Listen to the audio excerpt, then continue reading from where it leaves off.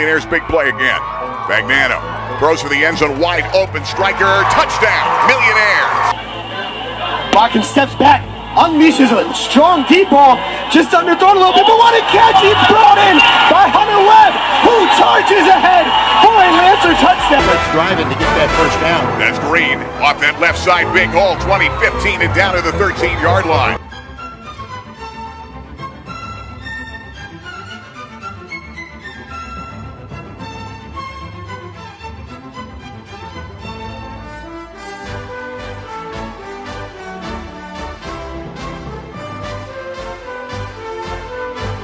Jamori's got Guthrie next to him, double wides each side, rolling out.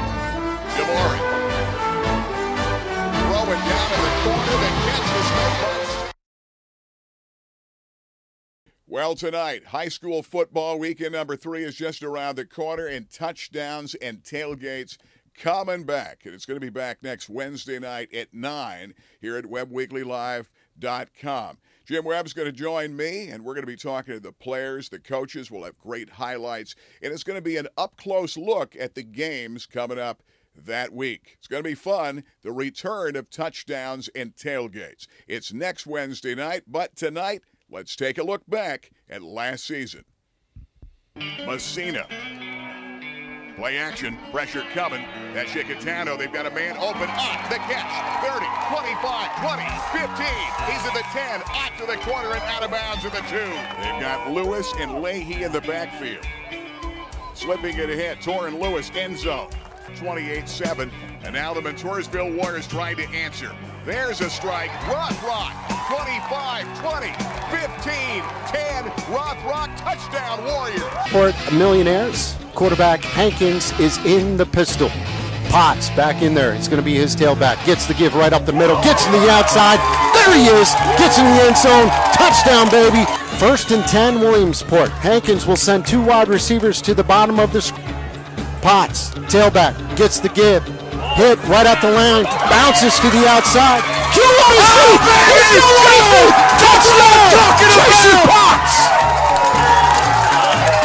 Yeah, just being an Ironman athlete is pretty cool. You get both sides of the game. I love catching the ball, blocking people, hitting people downfield. So it's pretty great. Defensively, I like to come up and fill the hole, hit people. It's just fun on both sides of the ball, so I like playing both ways. Our first couple games weren't against the biggest competition in the season, and we felt we weren't doing as well as we should have. And now, like, playing bigger competition, we have bigger goals. We're just shooting for as high as we can shoot, and we've been proving it. Well, we can't concern ourselves with what happened in the past. Right now, everybody's record is 0-0. So what you've done in the past means absolutely now. So we're going to go home from this point forward. So we have to make sure that our boys understand that we are not in a position to look past anyone at this point.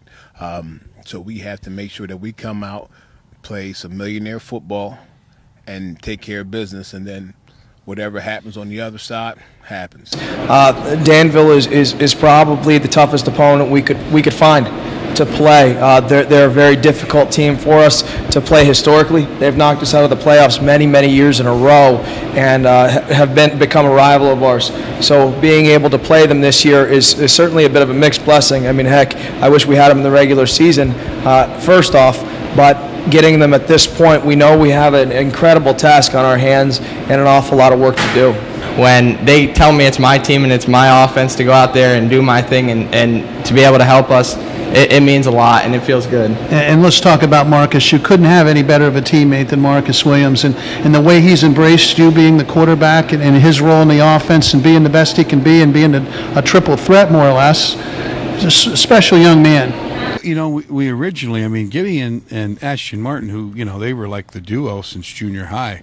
Ashton was the tailback and Gideon was the fullback, and obviously when you're, you know, a bigger guy, when you're smaller, you know, you go to that fullback spot. But here now, you know, we've moved Gideon to tailback when he's about 6'2", 6'3", 220, 225 range, and can run well, has good movement. And Ashton Martin has just really came to the forefront. He's a tremendous blocker, you know, about 175 pounds, but very explosive. Absolutely. And you know, loves to hit, and he has you know, great feet and explosion.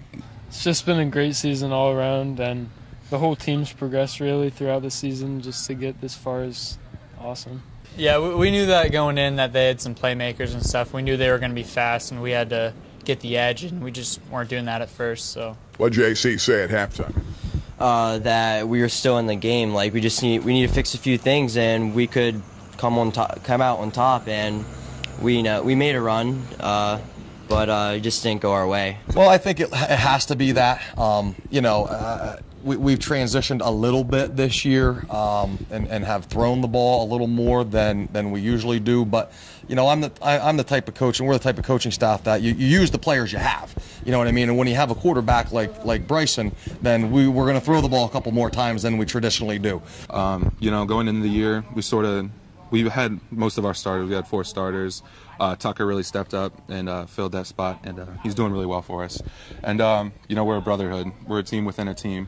Absolutely, so. and that's the one thing I admire from the outside looking, and I see that closeness you guys that have developed. And you know why I keep wanting to put you at left tackle, because you're too big at the high school level to be a left guard. At the high school level, you know? Yeah, but at the next level, I fit right in. And that's where I'm going with that. Mm-hmm. A lot of Division I looks. Do you want to talk to us about it a little bit? Where you been? Where you've been going? What you like? Yeah, I've been to a few game day visits so far this year to Penn State, Rutgers, Pitt. All great facilities, all great schools. It's still the junior year, so we're just going to wait and see how things play out. Got another year left, man. On first down at 10, they go to Potts, and there's Potts, 45-50. Potts going to run away from people. He's at the 20, the 15, touchdown Potts. Convoy back here, back to pass, looking for Shea. Shay's got his man beat on the dead run. Touchdown. Driving to get that first down. That's Green off that left side, big hole, 20-15 and down to the 13-yard line.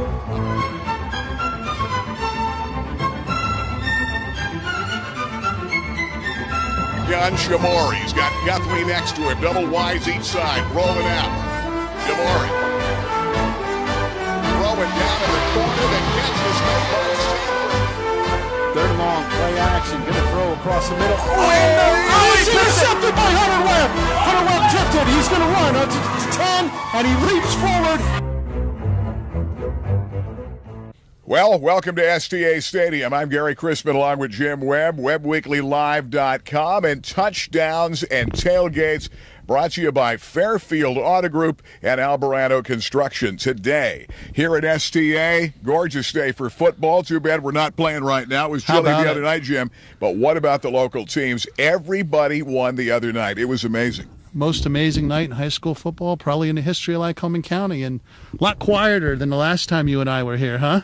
I would say it was a good crowd the other night. Chilly night. The Millionaires were the team that was red hot as they won that big ball game. And, of course, winning it going away 55-21 over the team that had beaten them, Delaware Valley, a really good football team. Millionaires showed what they're made of, coming together at the right time.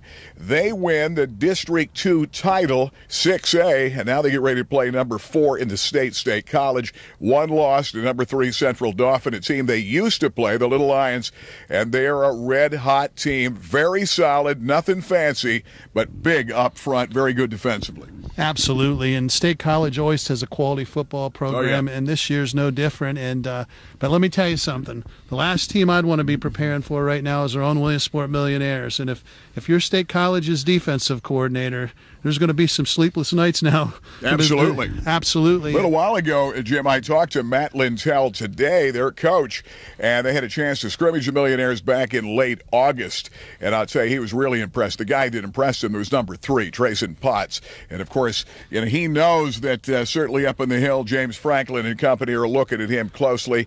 He knows they have a high, potent offense. They've got to slow down. The difference in the schedule is they play such a tough schedule down there. Their signature win is against Cumberland Valley, a team they beat 2 times in a row. Only loss is to third-ranked Central Dauphin, 13-10. That was 2 weeks ago. Millionaires have their biggest, toughest test coming up in Selinsgrove this coming Friday night. Jim, the great thing about it, we're going to bite the bullet again. We're going live on WebWeeklyLive.com at 6:50. Thanks to all the sponsors putting it together. We've got to follow through live this coming week from Selinsgrove. Going to be a big ball game down in Selinsgrove, and I'm glad that you and I are doing this together, and along with PA Sports Live. I'm going to bring the Millionaires not only back to the area to watch, but across That's right. the country to all the servicemen and women, any relatives. It's a great thing, this live stream. No question. And we've had people watch. I want to thank Derek Rizzo for going down to Selinsgrove yesterday and doing the check to make sure everything was working right. And well, I tell you what, we had a 5-star check at Selinsgrove yesterday. It's going to be a lot of fun. We've done games there over the years, but the Millionaires playing State College. That's the first game. A lot of other games. There's going to be a game here on Saturday. Yeah, an amazing Friday night for the 5 area high school teams, all won. Who would have thunk it? And the reclassification, we talked about it before, has helped our area so tremendously in spreading teams out. But right here we got our Jersey Shore Bulldogs, 1 o'clock Saturday afternoon. They play Johnstown. I'd be lying. I don't know anything about Johnstown, but what I do know, Jersey Shore's playing their best football of the year. Absolutely. You know, they not only did they win, they won going away over. Logan Libby is the top-ranked quarterback in Pennsylvania in passing yards. They shut him down, and they won that game the other day. Elijah Shimori is coming on. He's only a junior. He's ranked number 15 in the state passing. And Shimori and company and that great defense. The Bulldog defense. I think they could make a run. At the beginning of the year, and I know Coach Alex Jackson, their defensive coordinator, does a tremendous job, was born to be a defensive coordinator. And I thought, man, they're just going to keep getting better. When they had Shimori chucking around like they were and the kids receiving, I thought they're going to be darn good by the end of the year. Little did I know, I would have never guessed a 31-6 smackdown of the Seals. Yeah. Unbelievable score there. The Montoursville Warriors, and I had a feeling J.C. Kiefer and that coaching staff so good. They recovered from the tough loss to their arch rival Loyalsock Lancers, came back, beat up for the second time this year Danville 28-10. Bryson Messina, by the way, ranked 5th in the state in passing, over 2,500 yards, breaking all the District 4 records. And I'm telling you, this is a guy that's just putting it together. And again, Gary, I got to tip my hat. You called it. I thought Montoursville would have a little trouble with the Ironmen, and they did not. They did exactly what you said they did, and that was our 3A district championship as the Montoursville Warriors. They open up with Scranton Prep over at Wyoming Valley West. That's also Friday night. Yep. I think that's a good matchup for the Warriors, and I think the Montoursville can go over there and win in advance. I really do. I have so much confidence in J.C. Kiefer and his staff. They're a gutsy ball club. Absolutely. They come and they run the ball. You know, they're starting to get that running game. They don't have Batkowski. Nolan Ott's been tremendous lately. And the other night, it was Torrin Lewis's turn, who had 115 yards rushing between Ott and Lewis, the balance of the run, making sure that they're going to try to get the running game going, and then you've got great receivers, and of course Rothrock caught a big touchdown. You've got Conboy, but Tom Shea, third in the state, 1,200 plus yards, receiving yards. He's ranked 3rd right now. He's got close to 60 catches. Tommy Shea's a fantastic receiver, catches the ball with his hands, does all the things right, and I think they've thrown to him more than we threw the ball when I was in high school my whole career. That's right. But and a great chemistry with him and Messina. Mr. Rothrock is the wild card, though. Yeah. He plays that position sort of like a Gronkowski, where he can come off the tight end, he can come out of the slot, and he gives teams matchup problems. So. No question. He's got good speed, he's got good size, he plays tough on both sides of the ball, but Rothrock is a key. And when you take a look at the number of catches he's had and then the number of touchdowns, he gets into the end zone, practically half of his catches are touchdowns, and he did it the other night. He likes that end zone, doesn't he, Gary? I think he does for number 47. I wish we could do all these games and bring them back live stream. But there's a thing called dollars, and the district, now we're into the state level. They sure do want a lot of dollars to do these games. But sure do. I would love to be bringing Montoursville and Scranton Prep back, but we just can't do all of them. That gets us down, Gary, to the Double-A. Now, here's the interesting thing. We have so many Double-A teams, and it's definitely spread it out here. Is we have South Williamsport going to Southern Columbia, and it's a district championship game and a first-round state tournament game. Absolutely, yeah. They had to play the 3 games. You know what Southern can do. Jim Roth's team, a young team, and they just load them up. They're really good. And this is a South team banged up a bit. But what an exciting ending is Flick the quarterback, AJ Flick. AJ, the young freshman, fakes the handoff to Gideon Green with 3 seconds to go. And I'm not sure if he just decided the last minute not to give it to Green. Green had been hurt, and he puts it on the hip, bootlegs in. They win with 3 seconds. The first loss of the year by the Hornets in that ball game at Wellsboro. South wins it. Here they are playing Southern. Goriski has been banged up. Gideon Green. I talked a little bit via text with Chris Eisworth yesterday, and I said, how are your guys? He said, we'll know in a couple of days. We wish them the best. They need to be 100% going in there. Hats off to Southside. What a tremendous season for South going in. They're ranked in the top 10 of the state of Pennsylvania in AA. And, of course, then you've got to talk about what's going on with the Muncie Indians. They go up and win a title, and they've got to play Steel High of all teams down the road at Susquehanna Township. And that's one I picked. Did I not with you? Yeah, you did. And I saw Muncie. I think they still had to play Hughesville, and I just had a good feeling about them. I went down in the energy and the effort I saw at practice and Coach T. They get Steelton High spot. Yeah, that's First tough. of all, tip of the cap to the Muncie Indians for a terrific run in a district crown. They went up to Sayre, and they handled Sayre. But now their reward in this first round of states is Steelton High Spire. One of the great programs in Pennsylvania, and a team that was a long-time rival many years ago, the Williamsport Millionaires in football. They always had a smaller population. They always played big, played up. Steel High and Muncie, an improbable matchup, years ago when you looked at it, but they're in the same classification.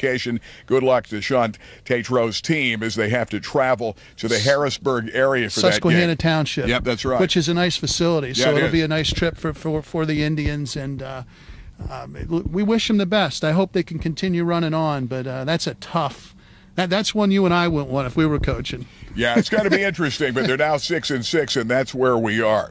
I think we've covered the games, Jim. I know we've got to get back here. We're going to talk to some of the coaches. Chuck Cruz is coming in. We're going to talk to Chuck and some of the Millionaires after a team that has brought the magic back to STA Stadium. They're 11-1. They're wild numbers, big-time numbers in total offense, averaging 50 points a game. They play very tough state college. We've got more on it coming up. We come right back. This is Touchdowns and Tailgates on WebWeeklyLive.com.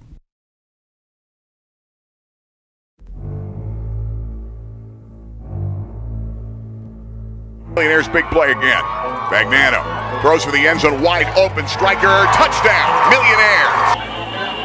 Larkin steps back, unleashes a strong deep ball, just underthrown a little bit, but what a catch! It's brought in by Hunter Webb, who charges ahead for a Lancer touchdown. Let's drive it to get that first down. That's Green off that left side, big hole, 20-15 and down to the 13-yard line.